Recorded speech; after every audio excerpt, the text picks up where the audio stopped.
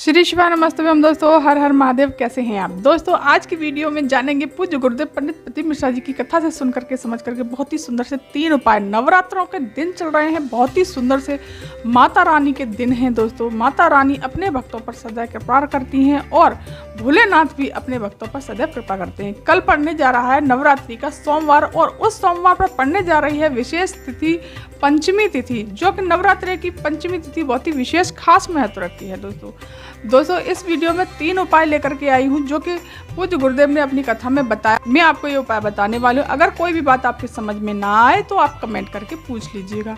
दोस्तों वीडियो पर आगे बढ़ने से पहले अगर चैनल पर आप नए आए हैं तो चैनल को सब्सक्राइब कर दीजिएगा, वीडियो को लाइक कर दीजिएगा और कमेंट में श्री शिवा नमस्तम जय माता रानी अवश्य ही लिखिएगा। दोस्तों नवरात्रि का बहुत ही सुंदर पावन पर्व चल रहा है। अगर आपके जीवन में बहुत दुख आते जा रहे हैं, एक दुख खत्म होता है तब तक दूसरा दुख तैयार हो जाता है, दूसरा दुख खत्म हो जाता है तीसरा दुख तैयार होता है, दुख आपके जीवन में खत्म ही नहीं हो रहे, उसके लिए बहुत ही सुंदर सा पूज्य गुरुदेव ने उपाय बताया है, मात्र 1 चावल के दाने का और 2 बाती दीपक का। अब चलिए जानते हैं जो दूसरा उपाय बताया है पूज्य गुरुदेव ने कि अगर आपका व्यापार नहीं चल रहा है, व्यवसाय नहीं चल रहा है, व्यापार व्यवसाय में इतनी दिक्कतें हो रही हैं कि वो कोई ग्राहक आता नहीं है, अगर कोई व्यापार है आपका जो बड़ा बिजनेस है वो भी नहीं चल रहा, बहुत ही परेशानी झेलनी पड़ रही है, तो उसके लिए पूज्य गुरुदेव ने राई का उपाय बताया है और ये उपाय आपको आज ही रात को करना है और कल सुबह इसको पूर्ण करना है। तो दोस्तों इस उपाय को जरूर देखिएगा पूरा और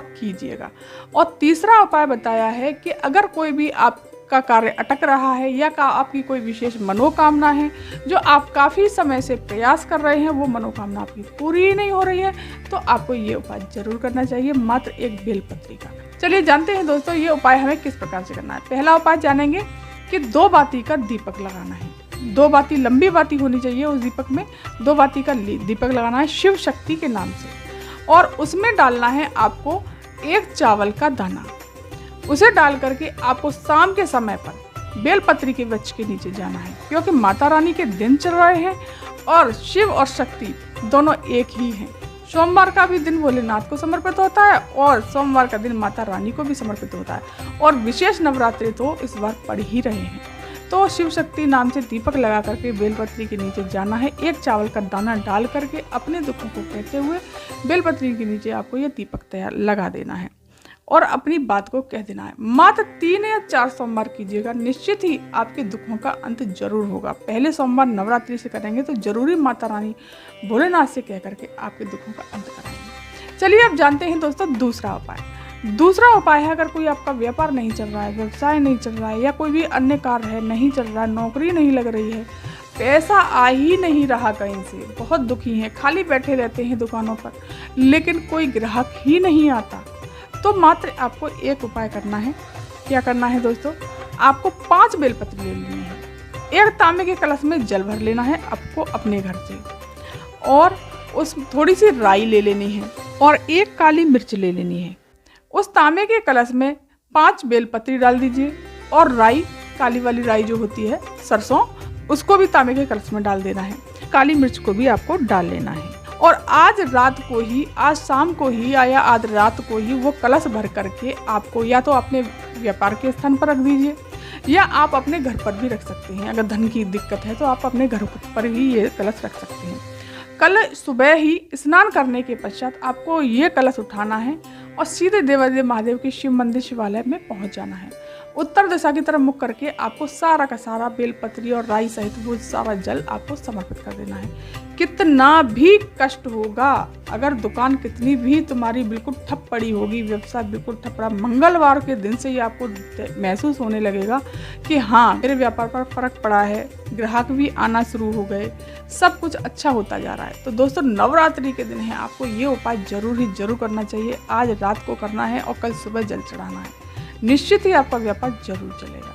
अब चलिए जानते हैं दोस्तों तीसरा उपाय। अगर कार्य में आपको सफलता नहीं मिल रही है, कार्य अटक रहे हैं, बहुत प्रयास कर लिया और आपकी कोई मनोकामना है जो काफ़ी समय से पूरी नहीं हो रही है, तो नवरात्रि के दिन चल रहे हैं, तो दोस्तों आपको क्या करना है कि 1 तांबे के कलश में जल भरना है और आपको एक लेनी है बेलपत्री। बेलपत्री खंडित नहीं होनी चाहिए दोस्तों, एकदम साफ सुथरी सी सुंदर सुंदर सी बेलपत्री होनी चाहिए।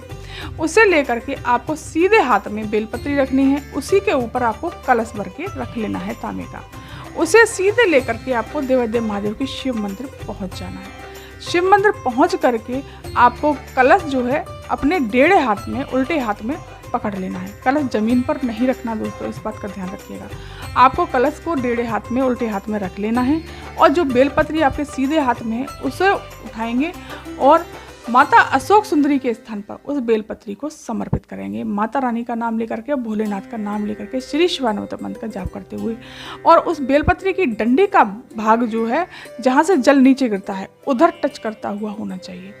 उधर फिर आपको जो कलश है उसे आपको सीधे हाथ में ले लेना है। सीधे हाथ में ले करके माता अशोक सुंदरी की, जहाँ आपने बेलपत्र समर्पित किया, माता अशोक सुंदरी के स्थान पर जल समर्पित करेंगे और शिवलिंग के चारों ओर जल घुमाएंगे। चारों ओर जल घुमाने के पश्चात फिर आपको वो जल शिवलिंग पर श्री शिवानंद मंत्र का जाप करते हुए, अपनी कामना को कहते हुए, अपने कष्टों को कहते हुए, अपने दुखों को कहते हुए, जो भी बात है आपकी वो भोलेनाथ से कह दीजिएगा। दोस्तों बहुत ही सुंदर सा उपाय है। आपको इस सोमवार करेंगे तो अगले सोमवार तक आपको खुद फर्क महसूस होने लगेगा कि हाँ मेरे काम बने कि नहीं बने। दोस्तों पूज्य गुरुदेव हमेशा कहते हैं कि प्रैक्टिकल करने में क्या जाता है, पैसा आपका खर्च नहीं हो रहा, कोई ऐसी कोई बात नहीं है, मंदिर तो आप रोज जाते ही हो, तो प्रैक्टिकल करने में आपका कुछ नहीं जाता। आप प्रैक्टिकल तो करके देखिए, शायद बाबा आपकी सुन लें। तो दोस्तों बहुत ही सुंदर सी जानकारी है। आप इन उपायों को नवरात्रि के दिनों में, बहुत ही विशेष दिन है माता रानी के, भोलेनाथ के, तो आपको ये उपाय जरूर करना चाहिए। अगर ये वीडियो, ये जानकारी आपको पसंद आई हो तो चैनल को सब्सक्राइब अवश्य कर लीजिएगा। और दोस्तों मेरे वीडियो को आप लाइक नहीं करते, लाइक कर दिया करिए, इससे हमें मोटिवेशन मिलता है और ऐसा लगता है कि हाँ हमारी वीडियो भी किसी को पसंद आ रही है। कमेंट में श्री शिवानंद या जय माता दी जरूर लिखिएगा। धन्यवाद।